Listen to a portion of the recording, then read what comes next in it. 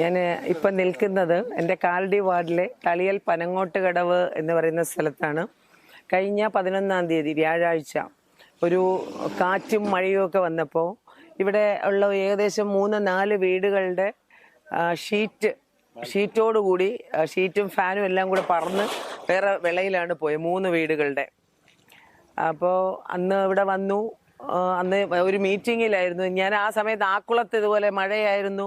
അവിടുത്തെ പ്രശ്നം നോക്കിക്കൊണ്ടിരിക്കുമായിരുന്നു. അതിനുശേഷം നമ്മുടെ ഈ മഴക്കാലത്ത് എന്തൊക്കെ ചെയ്യണം എന്നുള്ളതുമായിട്ട് ബന്ധപ്പെട്ട് നഗരസഭയുടെ ഒരു മീറ്റിംഗ് ഉണ്ടായിരുന്നു, സ്റ്റിയറിംഗ് കമ്മിറ്റി ഉണ്ടായിരുന്നു.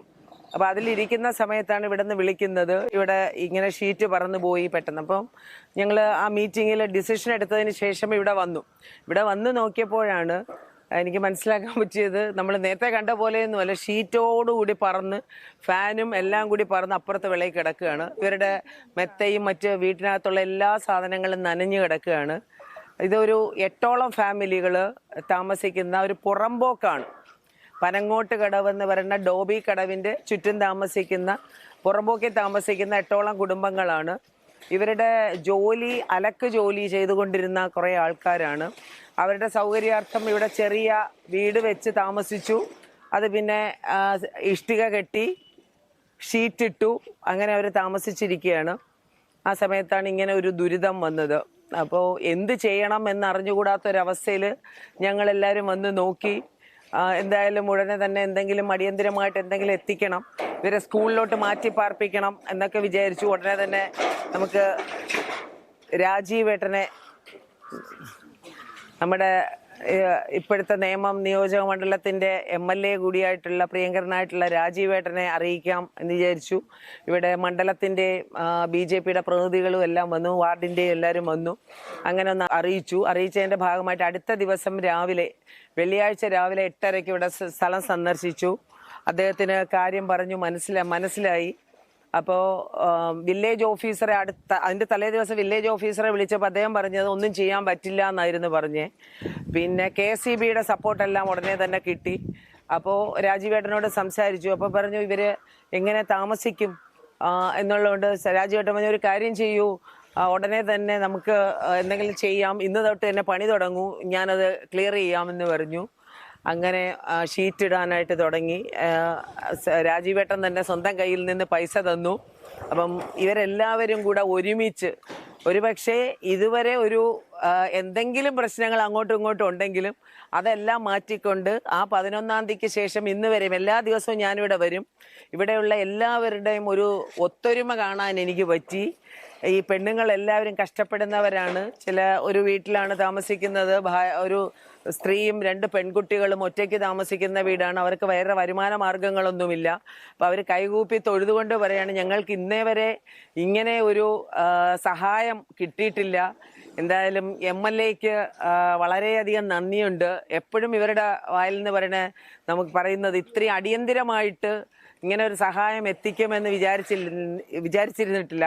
അപ്പം രാജീവേട്ടന് ഒരുപാട് സ്നേഹമാണ് ഇവർ കൊടുക്കുന്നത്. എല്ലാ ദിവസവും ഇവർക്ക് ഫുഡ് അറേഞ്ച് ചെയ്ത് കൊടുക്കുന്നുണ്ട്. ഇവിടെ തളിയലിലെ ഒരു പൗരസമിതിയുടെയും കൂടെ സഹായത്തോടു കൂടി ഇവിടെയുള്ള എല്ലാവരും ഒറ്റക്കെട്ടായി നിന്നുകൊണ്ട് ഈ പണി പൂർത്തിയാക്കാനായിട്ട് നടക്കുകയാണ്. ഇപ്പോൾ 3 വീടുകളുടെ പണി പൂർത്തിയായി കഴിഞ്ഞു. ഇനിയും കുറച്ചുകൂടിയൊക്കെ ചെറിയ ഇതുണ്ട്. അത് നമ്മുടെ ജനങ്ങളുടെ, ഇവിടുത്തെ BJPയുടെ ആൾക്കാരും എല്ലാവരും കൂടെ ചേർന്നുകൊണ്ട് ചെറിയൊരു ഫണ്ട് സ്വരൂപിച്ചുകൊണ്ട് ബാക്കിയും കൂടെ ചെയ്തു കൊടുക്കുക എന്നുള്ള ഒരു കടമയിലാണ് നിൽക്കുന്നത്. അപ്പം എല്ലാവരുടെ സഹകരണവും, കാലടി വാർഡിൽ ഒരു രാഷ്ട്രീയമില്ലാതെ എല്ലാവരുടെയും ഒത്തൊരുമയോടുകൂടിയുള്ള ഒരു പ്രവർത്തനമാണ് ഇവിടെ കാണുന്നത്. എനിക്കറിയാം ഇവർ കഷ്ടപ്പെടുന്ന കുറേ വ്യക്തികളുണ്ട്. അപ്പോൾ ഇവർക്ക് നമ്മൾ നഗരസഭയിൽ നിന്ന് കൊടുക്കുന്ന 5.5 ലക്ഷം രൂപ കൊണ്ട് ഒരു 3 സെന്റ് വാങ്ങാൻ പറ്റാത്തത് കൊണ്ടാണ് അവരിവിടെ തന്നെ കഴിയുന്നത്. അപ്പോൾ ഇനി പുറമ്പോക്കിൽ താമസിച്ച് അവരുടെ ജോലിക്ക് തടസ്സം വരാതിരിക്കാനാണ് ഇവിടെ ചെയ്യുന്നത്. കഴിഞ്ഞ രാജഗോപാൽ MLA ആയിരുന്നപ്പോൾ അവർക്കൊരു ഡോബി കടവ് ചെയ്തു കൊടുത്തു. അപ്പോൾ ഇപ്പോൾ ഒരു സഹായം നമ്മൾ എത്തിക്കുന്നുണ്ട്. പ്രിയങ്കരനായിട്ടുള്ള രാജീവേട്ടൻ ഇത്രയും അടിയന്തരമായിട്ടൊരു സഹായം ചെയ്തതിൻ്റെ ഒരു സന്തോഷത്തിലു കൂടിയാണ് ഇവരെല്ലാവരും. ഇവർക്ക് എന്നും ഒരുപാട് കാര്യങ്ങൾ എന്നെ വിളിച്ച് പറയാറുണ്ട്. എന്നെ ഒരു ജനപ്രതിനിധി എന്ന നിലയിൽ എനിക്കും വളരെയധികം സന്തോഷമുണ്ട്.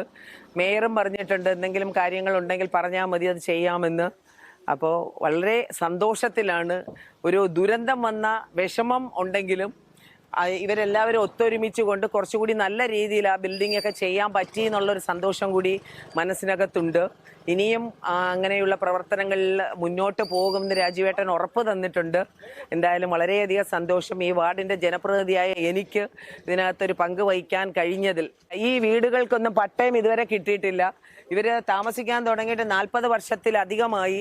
കാലാകാലങ്ങളിൽ വരുന്ന ഗവൺമെൻറ്റുകളെല്ലാം പട്ടയം കൊടുക്കാമെന്ന് പറയും, കയറുന്ന സമയത്ത് പട്ടയത്തിനുള്ള ഏർപ്പാടുകൾ ചെയ്തു എന്ന് പറയും, ഇറങ്ങുന്ന സമയത്തും പറയും ഇതിന് അടുത്ത ദിവസം അടുത്ത വർഷം കിട്ടും എന്ന്.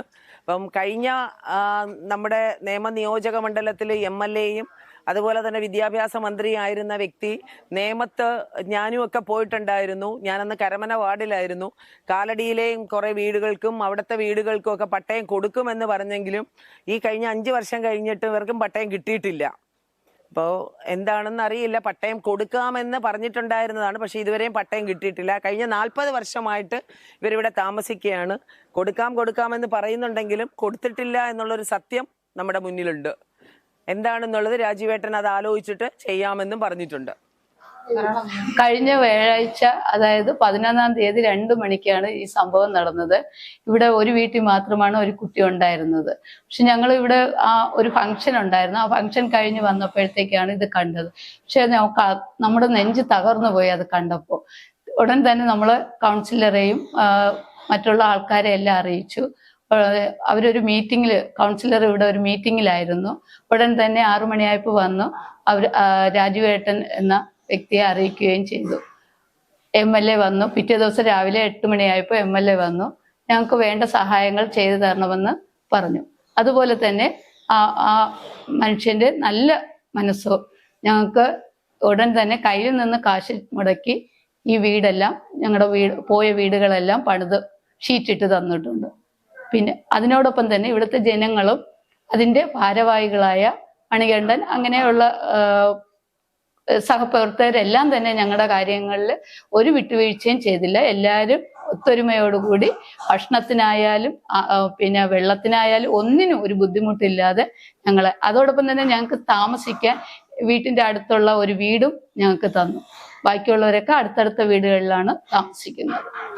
കഴിഞ്ഞ വ്യാഴാഴ്ച 2 മണിയായപ്പം ശക്തിയായിട്ടുള്ള കാറ്റിൽ 3 വീടിൻ്റെ ഷീറ്റ് പോയി, കൂരകളെല്ലാം പറന്നുപോയി.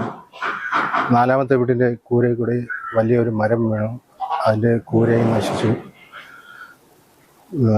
കൗൺസിലർ വന്നു നോക്കിയിട്ട് അടുത്ത ദിവസം രാവിലെ MLA വന്ന് നോക്കി ഉടനെ തന്നെ പണികൾ പൂർത്തീകരിക്കണമെന്ന് പറഞ്ഞു.